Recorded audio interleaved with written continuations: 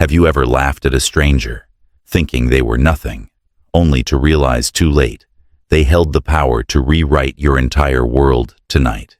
You'll witness how one quiet woman, dressed in simplicity, turned a palace of cruelty into a monument of justice, and how a single step in silence can crush generations of arrogance. Are you ready to see how easily everything you think you know can burn to ash? Amara Lewis pushed open the gleaming glass doors of the Sterling Crown Hotel. Her simple navy dress and scuffed leather flats swallowing her whole in a sea of glitz. Golden chandeliers glittered like frozen lightning overhead, casting sharp reflections on the marble floor, where guests in designer suits and silk gowns floated like royalty. Her entrance, quiet and unannounced, snapped heads to attention, eyes narrowed, not with curiosity, but calculation. The polished concierge whispered into his earpiece, his gaze slicing through Amara as if she were a glitch in their perfect ecosystem. Two bellboys at the luggage cart exchanged smirks, one nudging the other with a knowing elbow. "Probably lost," he muttered. The other chuckled. Or maybe looking for a handout. A woman draped in emeralds tightened her grip on her clutch as Amara passed, her nose wrinkling as though catching a bad smell. At the front desk, a man in a burgundy jacket, Vincent Lawrence, the floor manager, leaned down to a young receptionist and hissed, "Escort her out if she tries anything. We don't need another incident." Amara kept walking, her posture upright, her hands loosely clutching a canvas tote that looked painfully out of place amid crocodile leather and Chanel clutches. She paused by a velvet rope sectioning off the lobby bar, scanning the sleek, mirror-lined room where not a single face looked welcoming, only wary, judgmental, dismissive. She moved to sit at a corner table. Tucked discreetly against a pillar, the hostess hesitated, forced a brittle smile, and handed her a menu with the kind of politeness dipped in acid. Amara's fingers grazed the leather cover, and for a split second, her deep brown eyes flickered with something ancient and unbreakable. But she said nothing, only offered a soft, reserved thank you. The hostess walked away quickly, whispering to a colleague who barely disguised his laughter. Across the lobby, guests continued to gawk, some pulling out their phones under the pretense of scrolling, but angling their cameras toward the girl who didn't belong. And above it all, the air thickened with the unspoken question that hung like smoke. Who let her in? Whispers slithered through the grand lobby like smoke, biting, hissing, leaving a bitter aftertaste with every word. "Lost, for sure," murmured a man in a $1,000 blazer without looking up from his drink. "Maybe she's here for a job interview." A woman laughed behind her manicured hand, her diamonds flashing under the chandelier light. A group of young executives clustered near the concierge desk, eyed Amara like an insect on their expensive rug. One of them deliberately stuck out his foot as she passed, forcing her to step aside. She did so gracefully, without a word, only a faint tightening at the corners of her mouth, betraying the insult. She approached the front desk, her voice soft but steady. "Excuse me. Could someone assist me with a room inquiry?" The receptionist barely concealed her smirk, flipping her hair over her shoulder as she turned away without answering. A second employee leaned over the counter, making a show of ignoring her, their laughter a low, cutting undercurrent that rippled outward. The security guard by the elevator shifted his stance, hands clasped in front of him, ready to intervene as if Amara were a threat, not a guest. A couple walking past brushed her shoulder roughly, neither offering an apology. The man muttered, "Watch it," under his breath. Amara stood her ground, her chin slightly lifted, her brown eyes burning with a pride that refused to be extinguished by cruelty.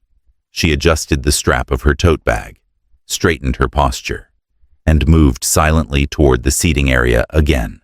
The room watched, waiting, daring her to break, to cause a scene they could film and mock later. But she gave them nothing. Only the regal silence of someone who had weathered worse storms and would not bow to their pettiness.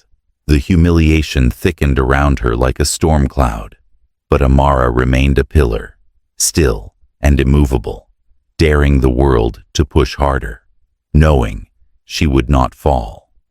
Vincent Crane, the front desk manager, moved across the marble floor with a predator's certainty, his voice slicing through the luxury air.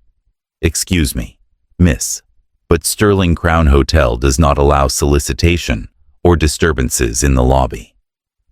A ripple of laughter broke out among the watching guests. A woman in a red satin dress lifted her phone, live streaming with a smug caption, "Drama unfolding at Sterling." Vincent didn't pause. He waved 2 towering security guards over. "Please escort her out, politely," he said, knowing full well there would be nothing polite about it. Whispers turned into snickers. Snickers grew into full-blown mockery. Phones rose like a wall of judgment. A man in a striped suit chuckled. "Maybe she's here to find a free meal." Another guest murmured, "Look at those shoes, thrift store special." And a young influencer giggled. Bet she thought they had a discount corner. Amara stood frozen, her figure slender, yet unbreakable. Her simple dress fluttering slightly in the air conditioning, her eyes no longer just calm, but carved from cold fire. She lifted her canvas tote higher on her shoulder, as if it were armor, and began walking toward the grand double doors, every step silent but thunderous. Behind her came the applause, cruel, mocking, echoing against the high vaulted ceilings. "Bye-bye, princess," someone called out, followed by a chorus of laughter sharp enough to wound. Cameras zoomed in on her retreating figure, social media comments pouring in live. "Who let the maid in? This is luxury, not a charity house. Drag her out." Amara never looked back, never stumbled, her back straight, her chin lifted, carrying the weight of 1,000 stares with a grace none of them could even comprehend. The marble floor gleamed under her feet, but the people around her, the ones who thought they owned the light, had never seemed so small, so brittle, so pitiful. Just as Amara's hand brushed the gleaming brass handle of the front door, a voice boomed across the lobby, deep and commanding. "Stop."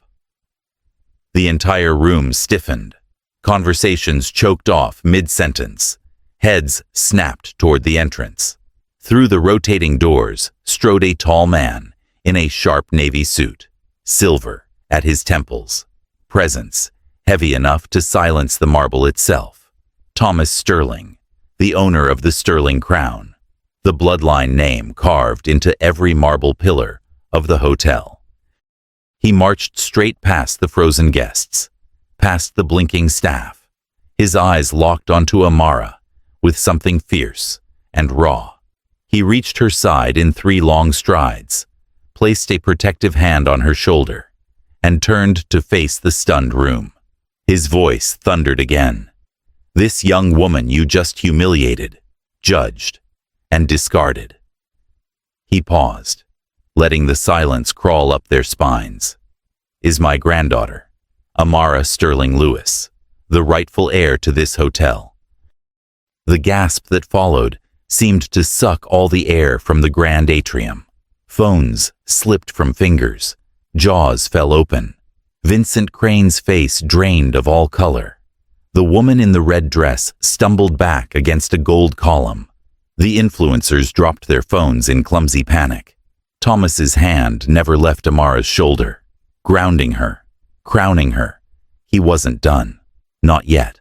She owns 51% of the Sterling Group as of last month's board decision. he continued, his voice razor sharp. Meaning every inch of this building, every paycheck you receive, every privilege you enjoy, is under her authority now. Amara turned, then, slowly, her gaze sweeping across the lobby, not with anger, but with a sovereignty that needed no words. And for the first time, the people who had mocked her felt something they never thought they would feel, facing a simple black woman in a modest dress. Fear. The murmurs hadn't even died down before Thomas Sterling stepped aside, giving Amara the full stage. She straightened her shoulders, lifted her chin, and for the first time, her voice rang through the vaulted ceilings, calm, clear, devastating, effective immediately. She said, her words slicing the heavy air like a scalpel. I am assuming full operational control of the Sterling Crown and all subsidiary properties. A wave of disbelief rippled through the room. Some tried to whisper. Others fumbled with their phones, but Amara's next words froze them cold. I hold 51% of the Sterling Group, she continued, and with it, absolute authority to hire, to fire, to rebuild from the ashes. Vincent Crane took a stumbling step backward, the color draining from his smug face. A security guard shifted uncomfortably by the front desk. The influencer girl in stilettos clutched her clutch like a life raft. Amara's gaze moved slowly across them all, not with cruelty, but with a cold, clinical mercy. Today, she said, each word deliberate, we will begin correcting the culture of this establishment. She reached into the simple canvas bag slung over her shoulder, pulled out a folder stamped with the Sterling Crown's official seal. Within this folder, she announced, is a list of those whose services are no longer required. Thomas nodded approvingly behind her, his arms crossed, stone-faced. This wasn't revenge. It was restoration. The realization hit the crowd like a crashing tide. Amara wasn't just a pretty face or a lucky heiress. She was the storm, the reckoning, and no one who had sneered at her humility, at her skin, at her simplicity, was going to walk away untouched. Amara didn't wait for the shock to settle. She opened the folder with slow precision, her fingers steady as iron. Vincent Lawrence, she called out, her voice ringing like a verdict. Vincent flinched, his smug demeanor crumbling into open fear. Your services are terminated effective immediately, Amara continued, for gross misconduct, racial discrimination, and violation of Sterling Crown's ethical standards. 2 security officers, summoned silently by Thomas, approached Vincent from both sides, escorting him out as the room stared, mouths agape. Kara Benson, Malik Ford, Derek Simmons. Amara listed next, each name a hammer blow, each face paling under the fluorescent lights. Complicit in harassment, dereliction of duty, fostering a hostile environment. One by one, the employees who had smirked, who had whispered, who had laughed at her humiliation, were led out under the cold judgment of silence, their badges stripped, their names stricken from the hotel's legacy. Then, Amara turned, her gaze sweeping the sea of stunned guests. As for our patrons, she said, her voice a low, thunderous tide, those who participated in mocking and filming today's shameful display will be permanently blacklisted from all Sterling Group properties worldwide. Gasps rippled through the crowd. Cell phones slipped from trembling fingers. A woman in a velvet blazer whimpered, "You can't do this." Amara's eyes hardened. "I already have," she said simply. Thomas Sterling stepped forward, handing her an elegant silver pen. Amara signed the blacklist order with a single stroke, irrevocable, final. the names flashing on the large screen behind her like a silent wall of shame. Redemption was not on offer. Not today. Not for them. As security began ushering out those named, a heavy, reverent silence fell over the remaining room. Amara Lewis, once mocked for her simplicity, now stood as judge, jury, and architect of a new era, and no one dared meet her eyes. As the last of the mockers were escorted out, Amara turned back to the stunned staff who remained, her gaze softer now, but no less commanding. She scanned the faces until she found her, a young woman in a plain navy uniform, standing frozen near the reception desk, eyes wide with disbelief.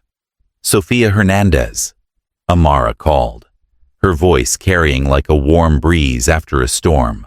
Sophia gasped, stepping forward timidly, clutching the hem of her jacket.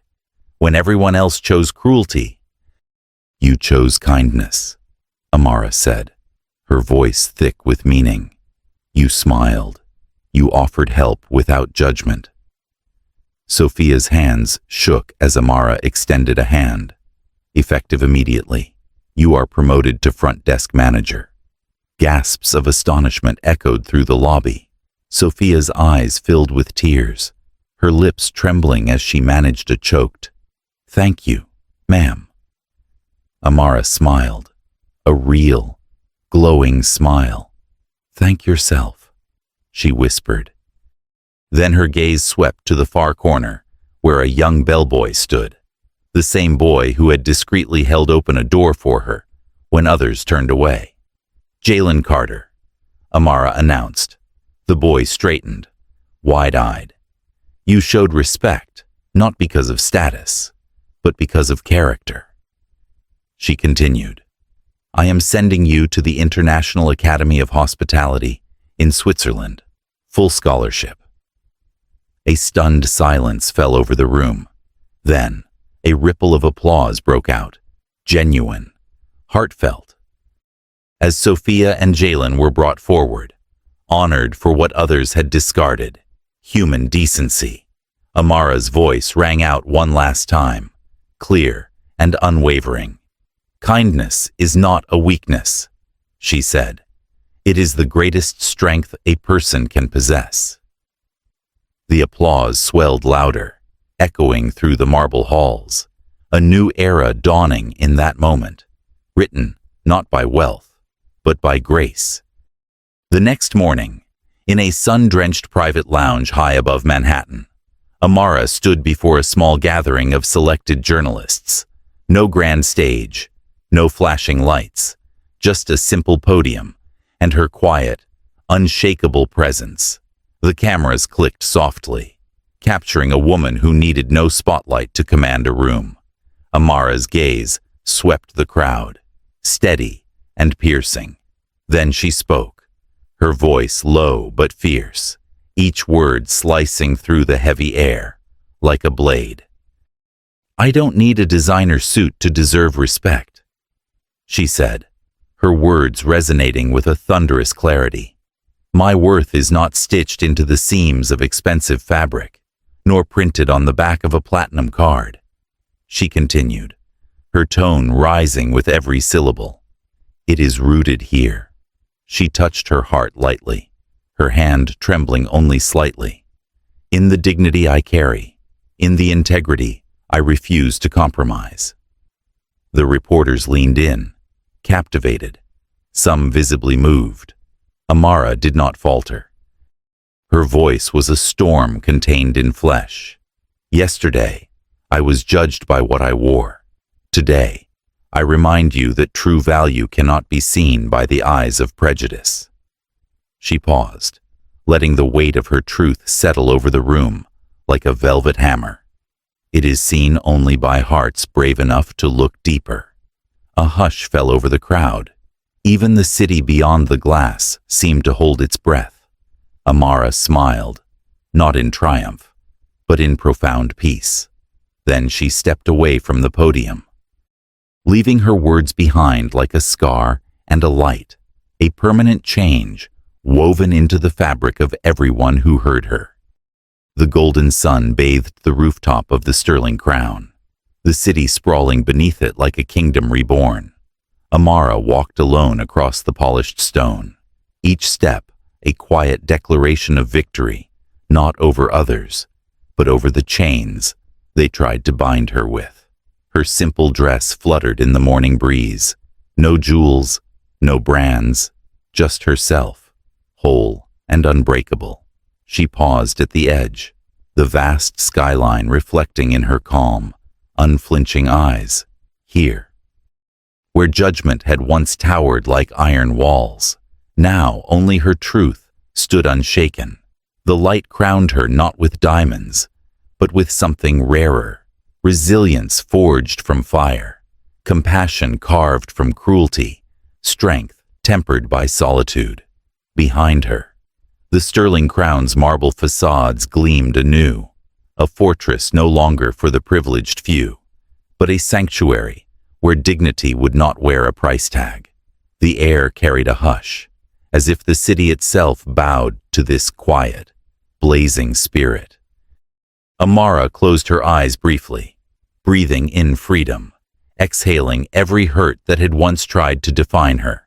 She smiled, a small, radiant smile, not for cameras, not for applause, but for the simple, fierce joy of being unbroken. Ahead of her, a new future unfolded, not paved with gold, but with something far stronger. Respect earned, love given, humanity reclaimed. They judged her by her shoes. They measured her worth by the thread count of her dress. They thought dignity had a dress code and humanity had a price tag.